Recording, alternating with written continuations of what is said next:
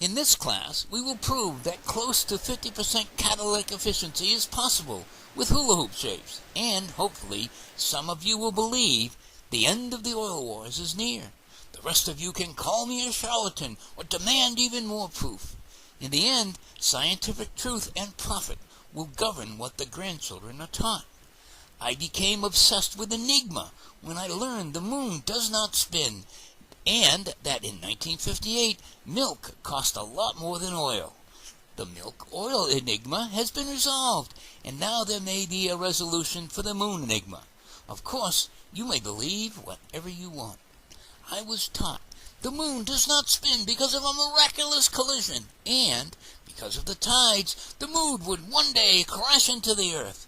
We sent some pioneers to place mirrors so we could predict the day of the crash. The mirrors proved the moon's orbit was moving away in a logarithmic decay, currently about an inch per yearly cycle. Having the spin, you have a choice.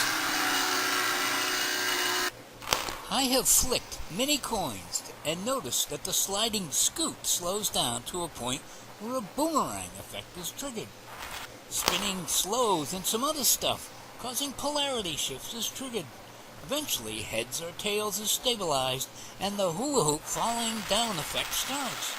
These events are too quick with a coin and too slow with a hula hoop, so I ran some tests with a plate that might be considered nearly a coin shape, or not so nearly a hula hoop shape. It could be a mere coincidence that I just mentioned a nearly perfect sphere. Momentum explains why the time between trigger points is quite constant, independent of how hard the flick. When the initial spin impulse is small, the plate lands upside up. Above a critical impulse, the plate nearly always lands upside down. At the critical impulse, and the exceptions, something else happens, the subject of the class. Here we are interested in the hula hoop resonance that happens independent of whether the landing is up or down. During upside-up landings, you can hear the trigger transferring contact between 2 points. In both cases, listen while you observe. Visually, I see the spin slowing down, while the sound indicates it is speeding up.